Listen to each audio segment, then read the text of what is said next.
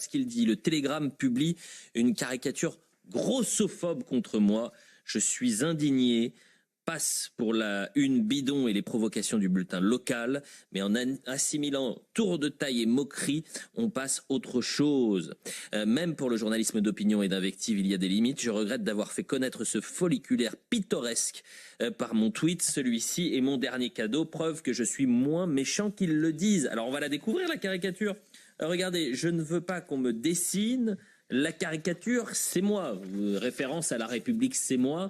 Alors que déjà aussi, Desmanches, il plus méchant comme caricature. Bon, quand même. Donc il y voit de la grossophobie. Mais moi, je me demande si c'est pas du second degré. En revanche, là, il était très sérieux lorsqu'il a relayé cette semaine la une du Télégramme. Hors sujet à la une, caricature islamophobe. En page intérieure, le bulletin paroissial local manipule ses lecteurs. Il ridiculise la presse régionale. Une sorte de trumpisme médiatique. Samedi 22 mars.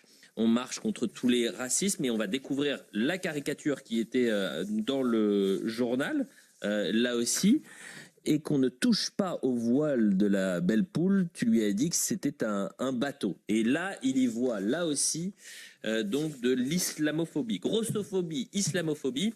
On a quand même demandé à Hubert Coudurier, vous savez, qui est le patron de ce quotidien régional, qui vient souvent d'ailleurs chez nous. Qu'est-ce qu'il en a pensé ?